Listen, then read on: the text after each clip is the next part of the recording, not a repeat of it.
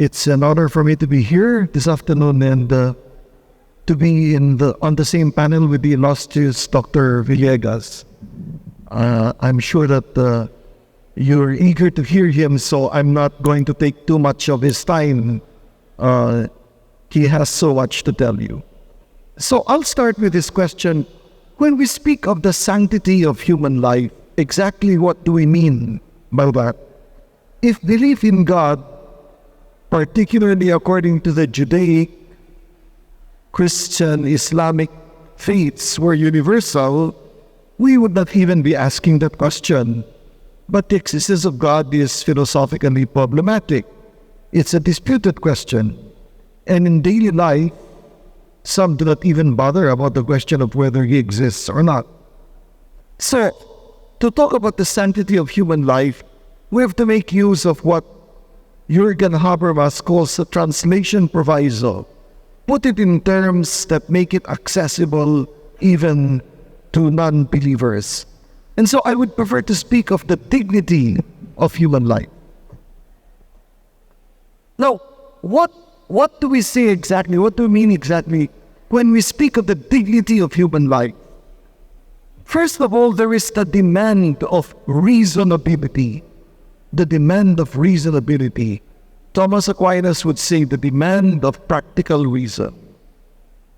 It is reasonable to accord respect to human life. It is unreasonable to be reckless with it. And that is a kind of a proposition below which you cannot go. In other words, that is a founding stone of all morality. That is a founding stone of all ethical thinking. If you deny it, then we really have no common ground in which it would be as basic as denying the principle of non-contradiction. X cannot be non-X at the same time and in the same respect. Deny that, and no further discussion is possible. Similarly, the whole notion that human life is worthy of respect, that human life is worthy of the protection we give it, is so fundamental to ethical thinking. Then there is, of course, the experience of the givenness of human life. I find myself existing without having asked to exist. I find myself existing helpless about prolonging my existence when its time draws near, helpless about bringing it back where it is lost, and helpless about creating it. I've always told my students in the seminary this: take a simple life form like a butterfly. When you thoughtlessly crush it to death, not even your most advanced science will be able to bring back such an elemental life form. It is generally held that principles and state policies in Article 2 of our Constitution are not self-executing, but are guideposts for legislation and parameters for jurisprudence. There are, however, exceptions. Section 2, the so-called incorporation clause that makes the generally accepted principles of international law part of the law of the land, is self-executing. Section 16, in the case that brought the Philippines to the center of the world's attention in the 1993 case of Oposa versus Factoran, was held to be self-executing. In the 2008 case of the province of North Cotabato versus the government of the Republic of the Philippines, the provision on full disclosure of transactions involving public interests was also held to be self-executing. Now, relevant to our topic this afternoon, are sections 11 and sections 12.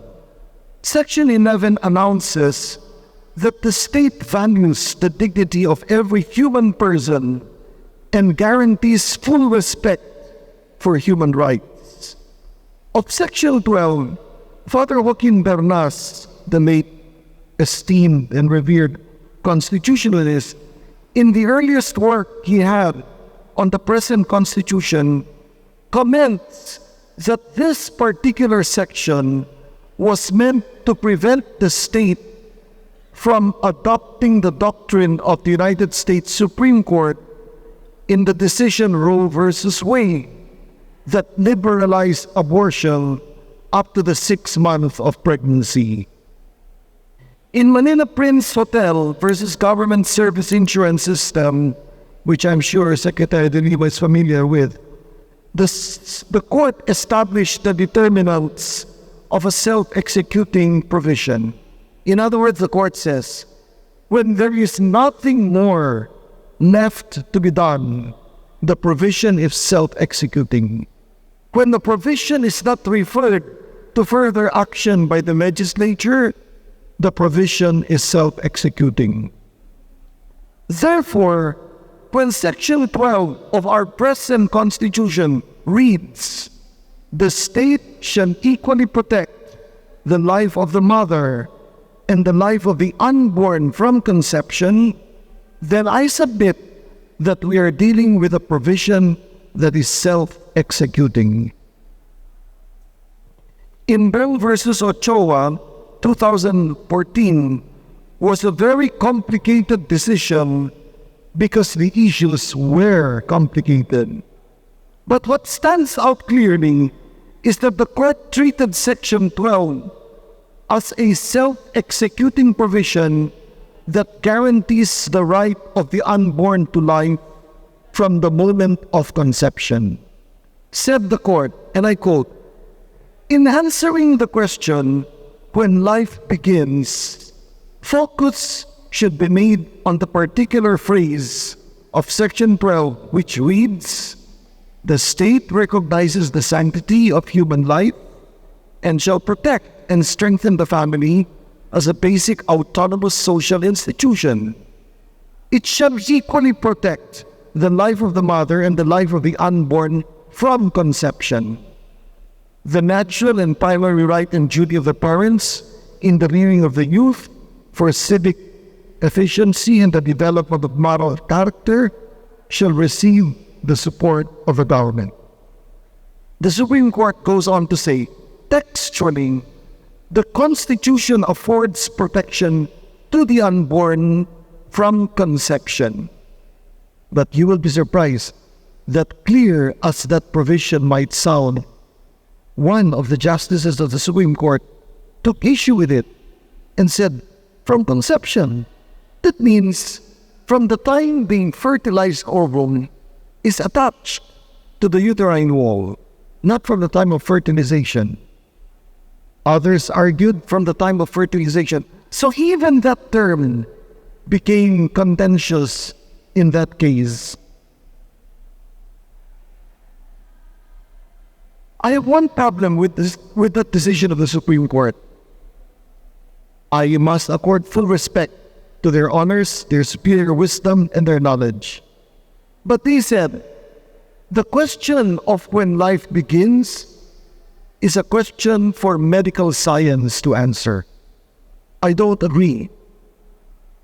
If your question is the fetus alive? Of course, it's a medical question. If your question is the DNA code of a fertilized ovum the same as that of the father and the mother? That is a medical issue. That's for medical science to solve. But when you ask the problem, or when you ask the question, is the fetus a human being? Is the fetus a human person? You're asking a question about categories. You're asking a question about characterization. And that is a question that eminently philosophy can answer and should answer. And philosophers should not shy away from what can be a difficult task, but a necessary task of speaking about what is human. I've illustrated this a number of times in my classes in the philosophy of the human person. I say, when an anthropologist and a paleontologist unearth human remains or unearth remains, and they set them out, And they set them out. And you start to ask, where do these remains start to be human? You're not asking a paleontological question. The gods are there. The remains are there. You're asking a question of category. You're asking a question of characterization. And that is an eminently philosophical question. My point is that if it is not human at the beginning, when does it become human? If you say it becomes human after 40 days, then why not 50? Then why not 30? So it's either human at the beginning or not human at all. I cannot understand for the life of me how something can be what it is not at the beginning. If you say, but it doesn't seem like a human being, well, a person who is comatose does not think either. It does not look like a human being. Somebody who was figured in a vehicular accident and is terribly misshapen by this accident doesn't look like a human being either. So these certainly cannot be criteria for moral judgment. Much besides, the basic reality of human life is that it is a continuous development from fertilization to natural death. There have been suggestions that conception should be reckoned from the time the fertilized egg implants itself in the uterine wall. But this is being arbitrary. Why not earlier? Why not later? And arbitrariness is the polar opposite of fairness. So, in the first place, why did the United States ever come up with Roe versus Wade? This was a 1973 decision of the U.S. Supreme Court that held unconstitutional what it characterized as unduly restrictive state regulation of abortion. Paradoxically, this is a paradox. Paradoxically, when the Supreme Court of the United States made that ruling, its premise was the 14th Amendment of the U.S. Constitution. And the 14th Amendment reads in part, "Nor shall any state deprive any person of life, liberty, or property without due process of law, nor deny to any person within its jurisdiction the equal protection of the laws." How did the court then arrive at the conclusion that it did in Roe versus Wade? It said, well, the 14th Amendment protects life, liberty, and property. And therefore, we will protect the liberty of a woman to decide whether she should get an abortion or not. After all, we're dealing with the life of a potential human being. Those were its exact words. Potential human being, us against the rights of a mother. And so using the very 14th Amendment that is supposed to protect life, the U.S. Supreme Court ruled in favor of acknowledging what it considered to be the right of a mother to procure an abortion. You know, whenever I hear pro-choicers say, "My body, my choice," my problem always with that is, your body, right, but there is someone else involved here whose existence you have not considered, and that is the existence of the life you carry in your womb. It's only by ignoring that you can say, "My body, my choice." But if you do accept that that is distinct human life with a distinct genetic code, then you are not going to say, "My body, my rights," because there's another human being involved there. Interestingly, the U.S. Supreme Court then turned to the claim of personhood and reached this conclusion.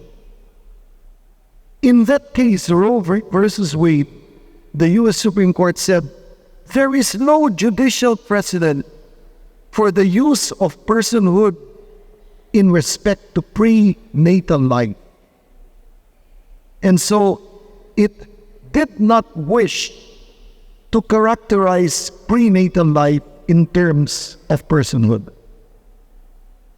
Fortunately, this is a long paper, but I'm sure Delegate Villegas here will have more to say about this. Fortunately, there was and there is a later decision, which is Dobbs versus Jackson Women's Health Organization. And Dobbs said that Roe versus Wade termed to be potential human life is itself life.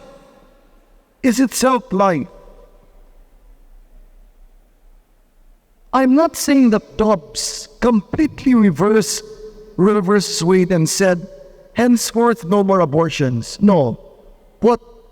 What Dobbs in fact said is, the decision whether states should allow abortion or not is a decision the citizens themselves should make and their legislators should make. The court cannot make that decision. And so the court cannot make the decision that it did in Roe versus Wade. In that sense, Dobbs reversed Roe versus Wade. Whereas Roe versus Wade said states cannot put limits on women's rights to procure abortion except in the trimesters where doing so would pose a danger to the mother's life. Dobbs said whether a state allows abortion or not is a matter that should be left to the states and to their citizens. In one landmark case, Republic versus Sandigan Bayan, 2003, the court wrestled with this pivotal issue. And let me just give you a brief summary of this case. This case was triggered by a raid and a search done on the residence of Major General Josephus Ramos. At the time that Cory Aquino had swept away the 1973 Constitution and the Freedom Constitution was not yet proclaimed. So there was a one-month hiatus where there was no Constitution in force. The residence of Josephus Ramos was searched, documents were obtained, and later on, these documents were introduced in evidence against him. Question: he sought the exclusion of these evidence on the basis that it violated his right against unreasonable searches and seizures. And the state answered, you cannot advance an argument for your right against unreasonable searches and seizures because at the time of the raid, there was no Constitution. Hence, there was no Bill of Rights. There was no Bill of Rights, you cannot make a claim. The court was faced with this question, which is a very important philosophical question. And I wish to God that in our schools of law, they would take the subject philosophy of law more seriously. And it was this question: in the absence of positive law, are there no rights? In short, can a person claim rights only because positive law grants him those rights? Justice Carpio, who was an earlier speaker, who was the ponente in this decision, said, even absent a Bill of Rights, the country remained a party to international conventions guaranteeing human rights, and therefore those rights could be invoked. That's fine. I have no quarrel with that. But the opinion that to me really wrestled with the issue was Justice Renato Puno, because Justice Renato Puno developed what for him was a secular notion of natural law.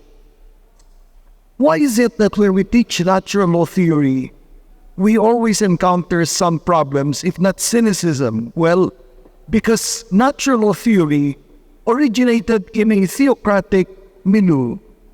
It originated in a mental frame where religion was the basic legitimating factor.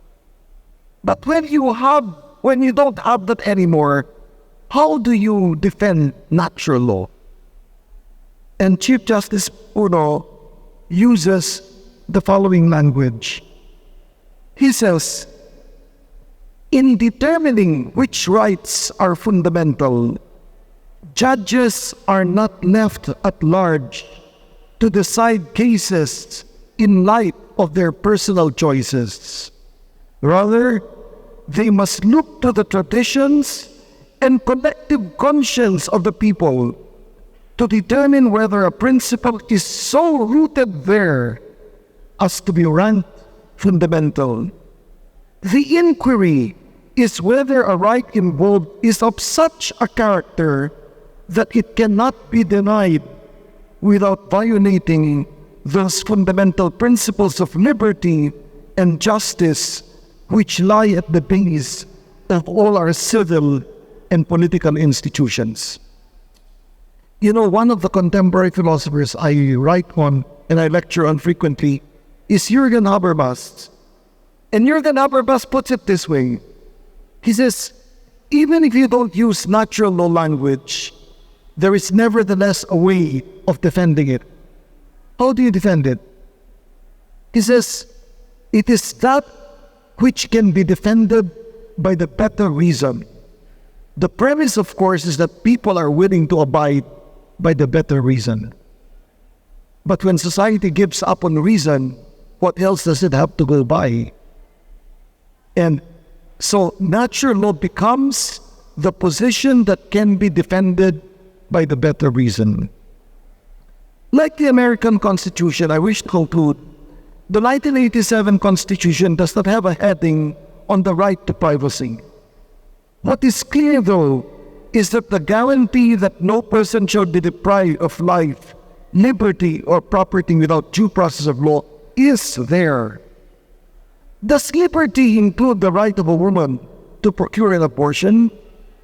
Under the revised Penal Code of the Philippines, she would be committing a crime.